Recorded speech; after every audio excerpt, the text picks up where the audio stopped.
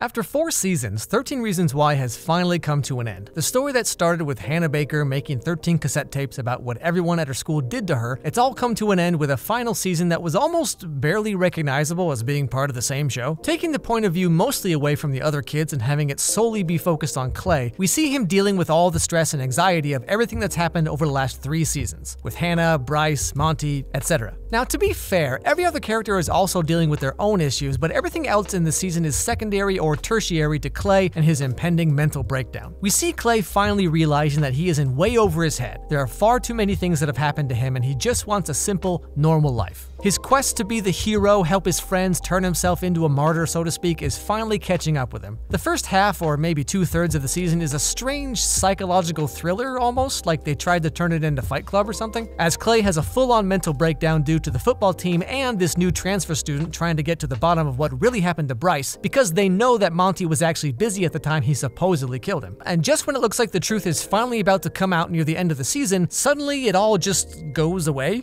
I have enough to prove it. And you can't stop me. I can't. Why'd you do it? Why'd you cover for them? You weren't even a part of it. I was, though.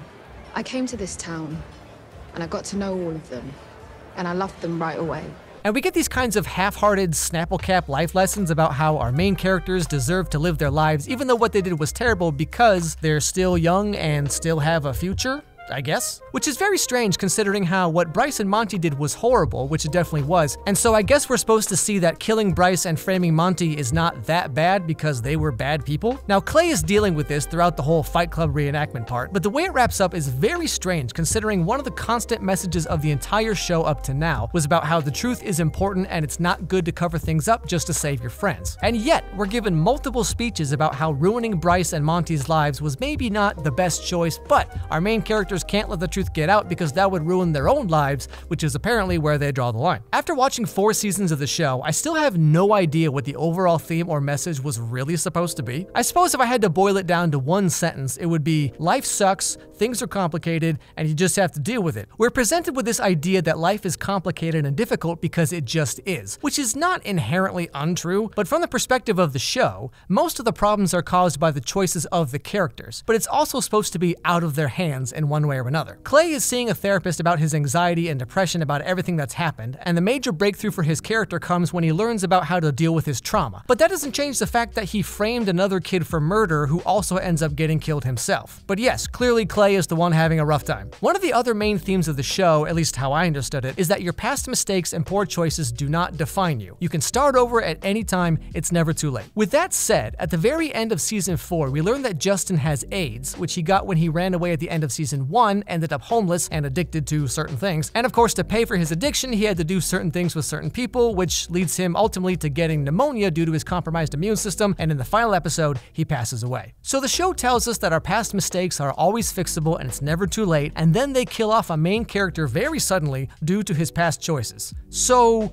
what is the show trying to say? Life sucks, but you gotta keep pushing through unless it sucks too much and then just kinda, Really though, are we just supposed to walk away from this show patting ourselves on the back because, hey, at least my life isn't that messed up, right? In the first season, 13 Reasons Why was supposed to be a realistic look at how someone can go from a sweet, happy new kid at school to where Hannah Baker ultimately ends up. And while it definitely had its share of issues in that department, it was at least coherent and made sense somewhat. But as the show went on for the next 3 seasons, it feels like it lost all direction and they were just trying to cram as many possible social issues into each season as they could without really giving any of them their proper screen time. Especially in this last season where a lot of important scenes are happening off screen, so we just get like little snippets and ideas of what's going on, but like we don't actually get to appreciate any of it. The football team and new transfer student end up finding out the truth about who really killed Bryce Walker and how Monty was set up, but they decide to drop it because they become friends with the main characters, and being a team player is apparently more important than the truth or justice or whatever, which is literally what the entire Bryce Walker saga was supposed to be fighting against. This idea that if someone you know does something bad, it's not that bad compared to when someone you don't like does something similar. Standing up to your friends when they do something wrong is important,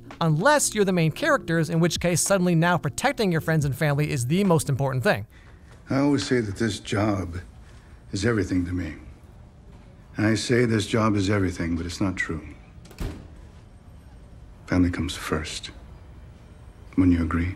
But like, that's what got us into this whole mess in the first place. One message they really hammer home this season is how there are more people out there that want to help you than you might think, and only by asking for help can you truly start to heal. And they have to keep reminding us of this message because it gets lost so quickly in the muddy nonsense of the rest of the show. And no matter what happens, it's all good in the end as long as the pretty girl has a crush on you, right, Clay?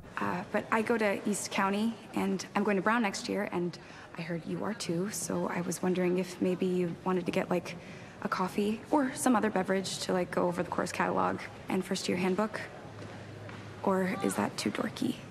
At least to me, 13 Reasons Why is a very bizarre show that never could settle on a message or consistent through line for what was happening and why. Like I said, season 1 was okay, mainly due to the tape format, so it was pretty easy to follow and we got like in-depth looks at every reason why Hannah Baker did what she did. But by season 4, it just kind of feels like a voyeuristic who's who of teenage social mental issues and there's no real conclusion or hope for anything. To me, it all just felt like the show was about how things happen and life sucks. The end.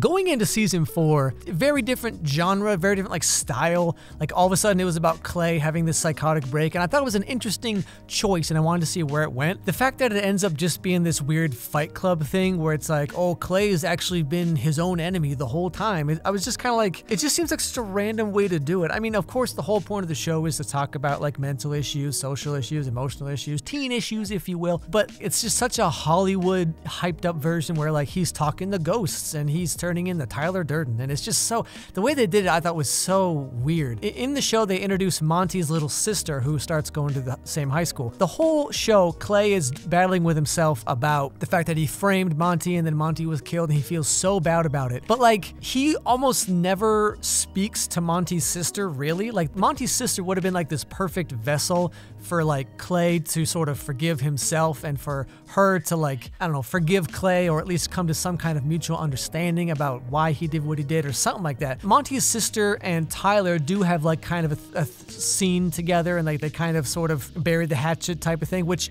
is good. I thought that was perfectly fine. But the fact that the whole show Clay is like battling with himself about the whole Monty thing, and then he never really interacts with Monty's little sister, which could have been a whole emotional scene where he confesses to her and then he explains why and then she sort of understands why and she's like, I don't know if I can ever forgive you, but you know, I'm not gonna, like, I don't know, there could have been something with it, but like they never took it anywhere. It wasn't like, it's not like an unwatchable mess, because like there are definitely worse shows out there, but it's just, it tried to say so many things and ended up saying nothing, really. Anyway, thanks for watching. Don't forget to subscribe. Don't forget to ring that bell. Follow me on Twitter. And above all, let's have a great day, and I'll see you all next time.